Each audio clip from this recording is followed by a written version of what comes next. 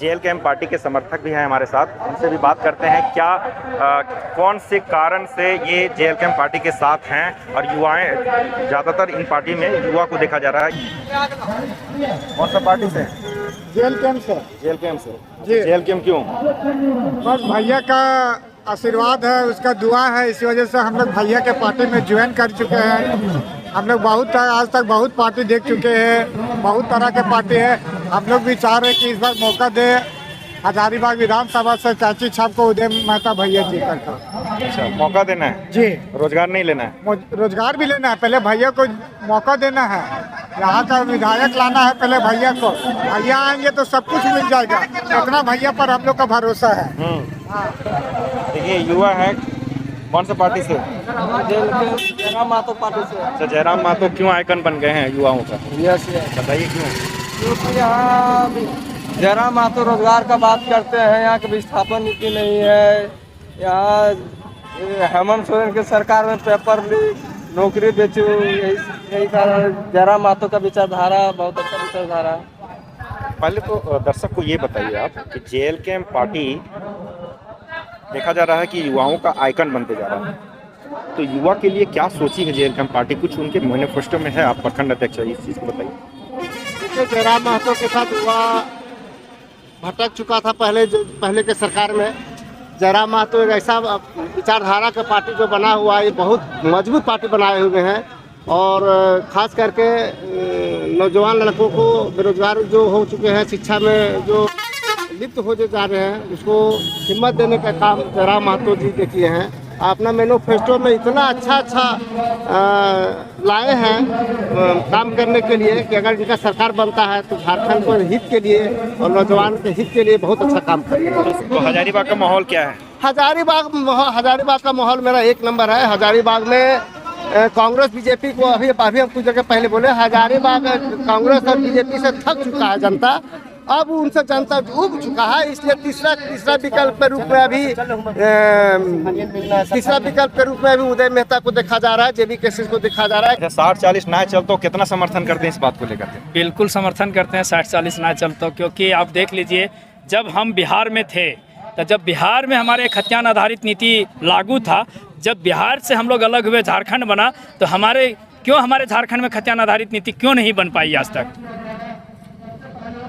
तो हमारा ये कहना है कि हम आज तीसरे विकल्प की ओर इसलिए मार्च कर दिए हैं कि हमारी जो झारखंडियत की पहचान दिलाने की बात करता है। आज हम लोग झारखंड के वासी हैं, इसकी कोई परिभाषित नहीं कर पा रहा है। ज़रा सा पार्टी से हट करके बात करिए। जी, पार्टी से हट करके ये बात करिए कि अगर हर एक स्टेट ये कहे कि 60-40 ना चलतो, यहाँ चलतो, 100 में 100 चलतो, 90-10 चलतो, अगर सभी राज्य ऐसा करे तो फिर कहा जाता है कि भारत राज्यों का संघ है, तो फिर देश कैसे चलेगा? बिल्कुल चलेगा। जब सभी राज्य में अपना नीति होगा तो सब लोग अपने अपने क्षेत्र में अपना नीति के अनुसार अपना जो भी नौकरियां हैं या जो भी कार्य है वो अपने करेंगे, तो हमारा भी राज्य में वही लागू होना है। आप यहीं बगल में देख लीजिए, आपका छत्तीसगढ़ और उत्तराखंड 2 राज्य बने। आज उत्तराखंड पूरा 100% सिक्योर कर दिया है अपने राज्य वासियों के लिए, तो हमारा झारखंड क्या किसी के लिए यहाँ खुला ये गली बाबा का ढाबा बना हुआ है क्या?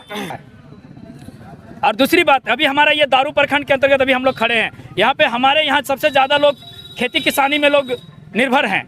यदि उस हमारी जो उपज है, जो खेतियों से हम लोग सब्जी का उपज करते हैं या धान, हमारी जो गेहूं की उपज होती है, इसकी वैकल्पिक व्यवस्था की जाए, मंडी लगा करके हम लोग को बेचने की साधन दिया जाए, हमको लगता है कि बेरोजगारी में काफ़ी ज़्यादा लगाम लगाया जा सकता है। अगर 90-10 लागू होता है, आपकी सरकार आती है, आप सरकार बना पाते हैं या आपकी पार्टी जीतती है, तो 90-10 अगर लागू हो पाएगा तो इसका मतलब ये साफ है कि फिर यहाँ के युवा जो है वो बाहर दूसरे स्टेट में काम करने के लिए नहीं जाएंगे या दूसरे स्टेट में जो है नौकरियाँ के लिए नहीं जाएंगे।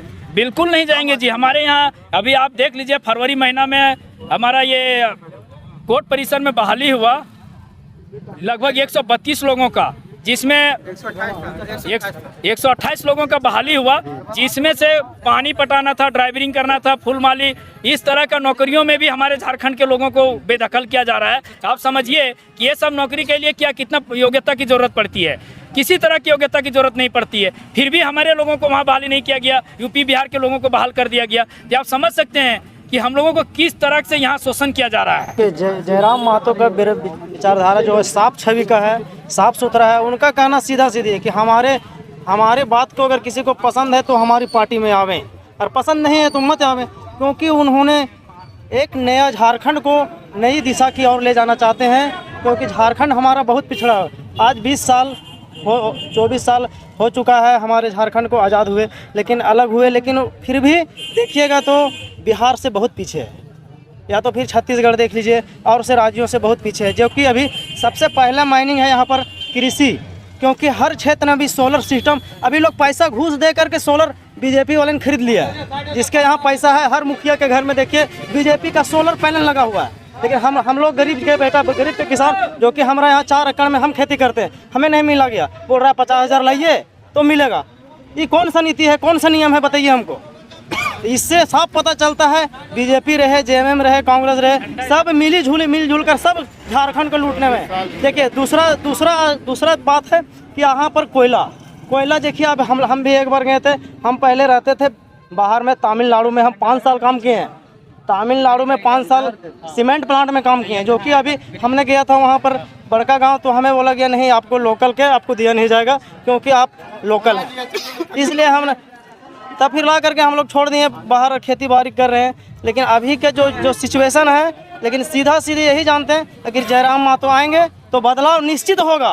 बात है, समझने का बात ये है कि अभी 500 लोगों का रिक्रूटमेंट हुआ था मेडिकल के फील्ड में, जिसमें 150 लोग थे राजस्थान के। तो हम लोग झारखंडी लोग कहाँ जाएंगे? तो इसलिए हम लोग एक तो पैरालाइज से गुजर रहे हैं। स्थानीयता नीति नहीं है यहाँ, नियोजन नीति नहीं है, न उद्योग नीति है, न विस्थापन नीति है। पता चला यहाँ हमारे यहाँ ज़मीन में कोयला मिल गया तो वो क्या करते हैं कि किसी भी कटुआ के भाव से थोड़ा बहुत दे दिए अमाउंट, उसके बाद वो वहाँ से हटा देते हैं हम लोगों को। अरे हमारे क्षेत्र से ही, हमारे ज़मीन से ही करोड़ों करोड़ के कोयला निकालोगे, उसके बाद वे बोलोगे कि हम। तो एक बेहतर स्थानीयता नीति बने, नियोजन नीति बने, इसके लिए हम लोग टाइगर जयराम दादा के साथ में हैं और एक अच्छे विचारधारा के साथ लेके आए हैं। परिवर्तन होना चाहिए। एक सरकार रहेगी तो पता चलेगा कि वो हमेशा निरंकुश हो जाती है। कितना 80 रुपये केजी आता है, और यहाँ पे कोयला कितना केजी कैसे जाता है? महाराष्ट्र से अंगूर आता है कितना 80 रुपये केजी, और यहाँ पे कितना केजी जाता है? कोयला कितना सस्ता जाता है। अगर हमारे माँ बाप यहाँ पे रोजगार मिलता है, बाहर क्यों जाता है कमाने के लिए? शुरू से यही देखते आ रहे हैं। हमें इस पर विश्वास है जयराम दादा को कि इस बार कुछ करेंगे, परिवर्तन लाएंगे। इस बार पूरा फुल गारंटी विश्वास है, क्योंकि पढ़े हुए वो जानते हैं क्या हो रहा है, यहाँ पे नहीं हो रहा है। भरोसा है, पूरा भरोसा है। Subscribe now and press the bell icon. Never miss an update.